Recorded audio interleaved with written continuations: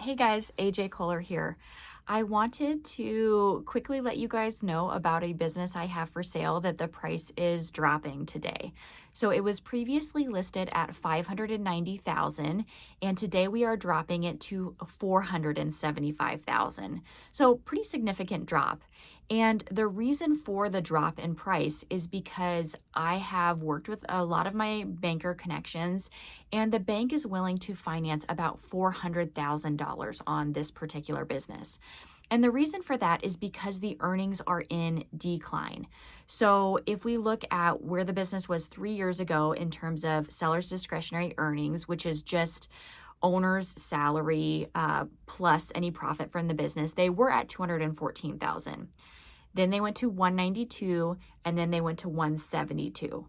So banks are conservative, and they don't really look at the fact that this owner is retiring, and I'm not going to say gotten lazy, but maybe like they also have another business that's generating money. This one is generating good money. And so they haven't been, in the last couple of years, been putting as much energy into marketing.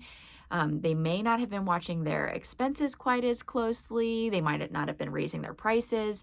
And I notice this a lot with business owners that are retiring. Sometimes those business owners aren't at like the peak of their game where they are really maximizing the business out to the max it could be. So I think these are really good opportunities to come in with that fresh energy. If you have any digital marketing skills, or you feel like you could hire an agency to do the digital marketing for you, you could really grow this business. Come in, take a fresh look at the expenses, evaluate pricing. I think you could get the numbers up to where it was 3 years ago fairly easily, and even go beyond that, because right now, the business is at about 50% capacity. So you could raise the business by another 50% without having to move locations. And I've purposely not told you what type of business this is yet, because I don't want you to get bogged down in necessarily what the business does, like what widget it makes or what service it provides, because I think what's actually more important is what role the business owner plays in that business, and do you have those skills, or can you learn those skills? So in this particular business, it's all about really managing the enrollment side, the marketing side, and then hiring staff. There is someone that's doing the day-to-day management of all of the staff. So you could either do that role yourself if you are a good manager or you wanted to jump into this full time, or you could leave that manager in place and really just handle the marketing and maybe the payroll, like the administrative side of running that business.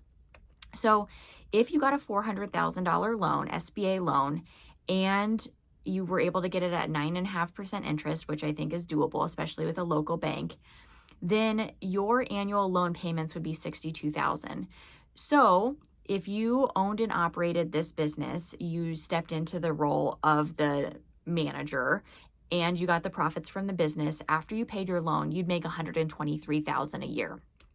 If you kept that manager in place that's managing the day-to-day, and say you only had 10 hours, 5 to 10 hours a week to run this on a semi-absentee basis, you wanted to keep your job or do something else, then your earnings would be about $66,000, assuming that $186,000 in seller's discretionary earnings, and the loan payment you'd be making $66,000.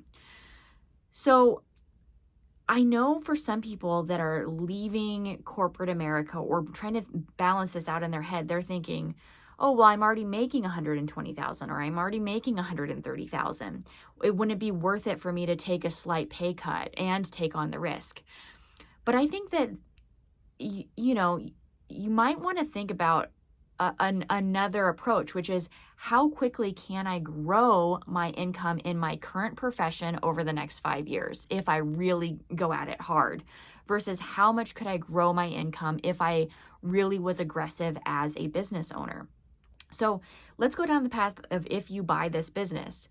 You buy this business, maybe you start off where you're not doing the day-to-day management of it, so you're making the $66,000. and you get everything in place, you understand things, then you step in and you maybe just leave it like that. You never replace the manager with your own labor because you're just going to take the 66,000. Well, you now have the skills to operate that business, and this is a very fragmented industry, so you can buy another one and make another 66,000 off of this. Keep in mind that the 66,000 that you're going to make off of this is more at those depressed numbers. So if you can get the business back up to where it was, and even, where it was beyond that, you should be able to be, making $80,000 a year, maybe even $100,000 a year off of each location. And if you acquired one or even two of these a year for the next 5 years, let's just say, you were able to acquire 7 of them and you're making $100,000 for each one. That's $700,000. $700,000. And that's factoring in that you're paying your loan payments. And so not only are you making $700,000 on an annual basis, you are also building an asset that you can sell. So at, an average of $700,000 in earnings, it wouldn't be unreasonable to sell that asset for $2.2 million. So now all of a sudden you have both. You get the higher annual amount and you have that asset. Whereas if you stayed in your corporate job, maybe you can grow that job by, in 2 years, get a promotion and make another 20%. And then in another 2 years, make another 20%. But that, a lot of factors come into play there. And in order to make $600,000 or $700,000 a year working in a corporation, you have to be a pretty high level person. I think about when I used to work at Union Pacific. I don't know what level person made that, maybe like general directors or VPs, which at the VP level, like in the department that I was in, you're responsible for thousands of people, literally thousands. You have, 5 managers underneath you that have 5 managers underneath them, and you're managing this huge pyramid of an operation, not to mention you have a boss that you're also kind of trying to manage and play the politics game. So, I think that if you are someone that is very smart and strategic and aggressive, if you can buy one, even if it seems like not that much at first, think about the 5-year plan and put together your projections. And maybe that will help you get a little bit more comfortable in what path makes sense for you. Clearly, there is some risk associated with being a business owner, but I would also argue there's risk on being a corporate employee because you can get laid off at any time and not really even be expecting it. So this business, now that I've kind of talked about the numbers, I'll talk about what it actually is. It's a child care center. So this has been around for 30 years in the same location. The current owners own 2 of these centers. They're selling one and they're gifting the other one to their daughter-in-law. They're retiring. So, this would be a nice first business, in my opinion, to step into and either make $66,000, or if you're able to, you want to be the full-time manager, you could make $123,000. Or if you grew it a little bit more, you could make $150,000. I honestly think, and I don't know, I'd be curious what other people thought, but I think that sometimes people's egos hold them back. Both fear and egos hold them back. Oh, that's the light in my office that just went off. Sometimes people ask me where I'm recording these videos. This is my office, and there's a little booth here, but that's where I actually work.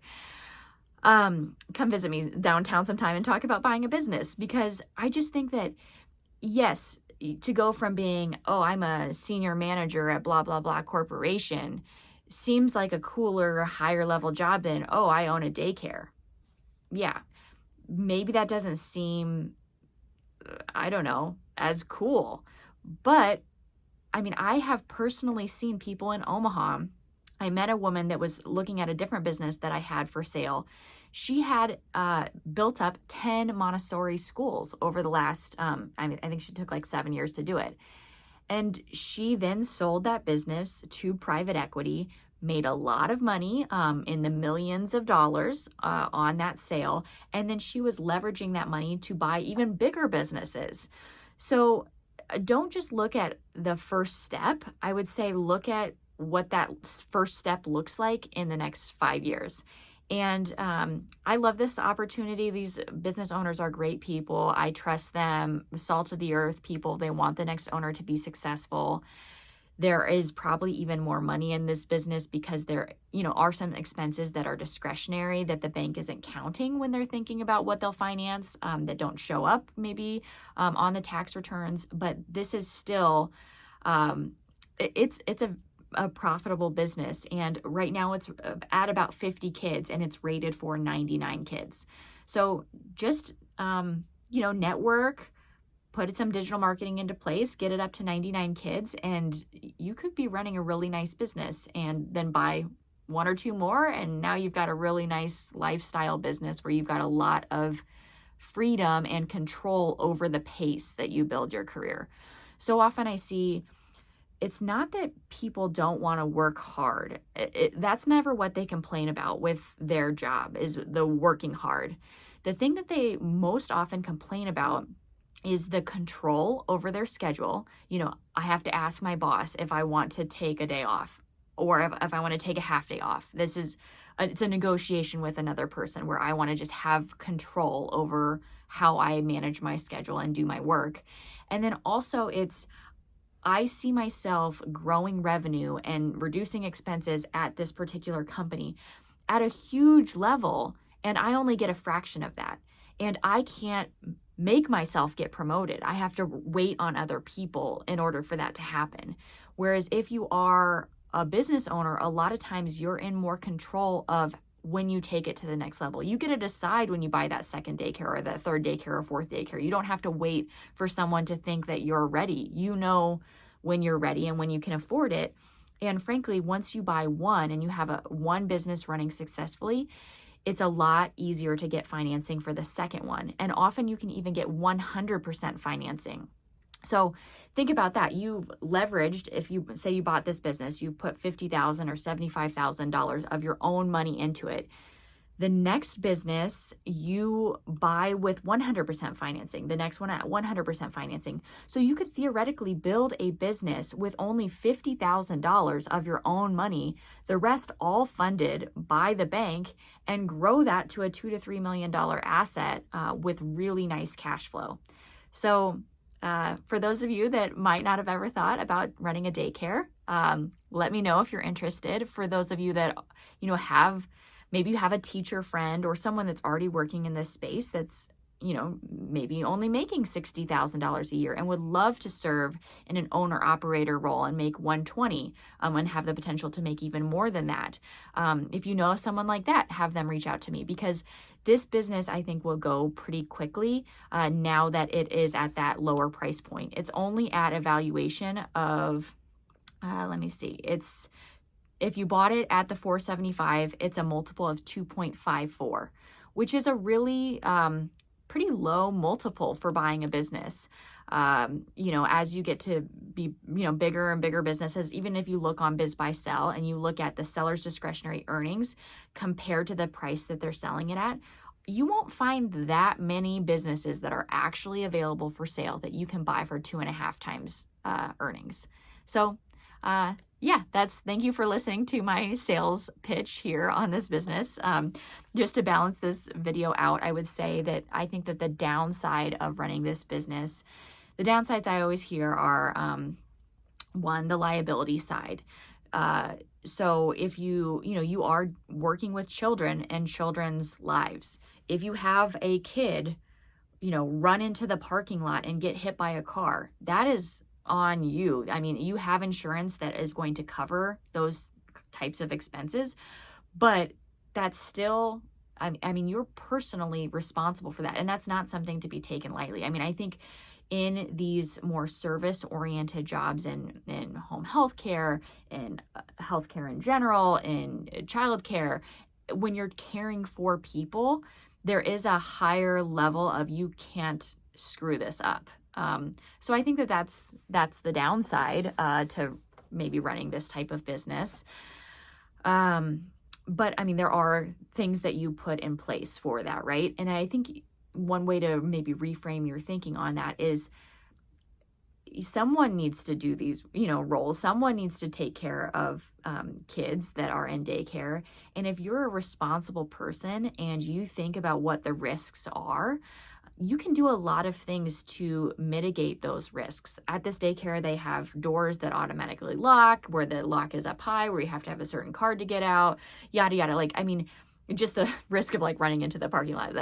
That risk is relatively very, very, very small. And you can think about a lot of those risks. But I would say that's one thing, if I was thinking about this business, that you would just want to make sure that you felt comfortable with. Other disadvantage of this business is you are going to have to be doing some hiring. So just thinking about if you're a person that really has a hard time deciding if someone would be good at a particular job or not, this could be a little bit challenging for you.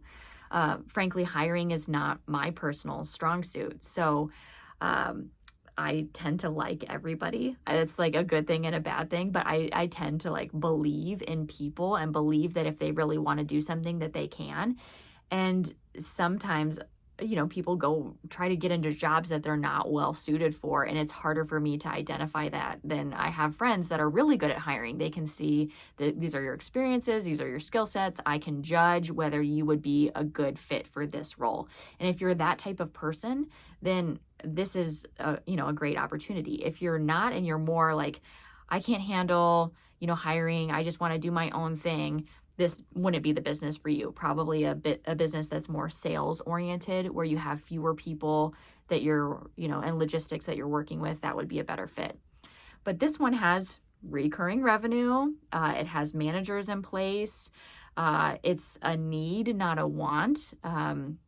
So it's not like you're selling hot tubs, right? You are, whether good times or in bad, there are going to be needs for childcare, and that is only continuing. So lots of pluses and minuses for this industry. But if you think that this is something that could kind of pique your interest, definitely reach out to me. Thanks so much.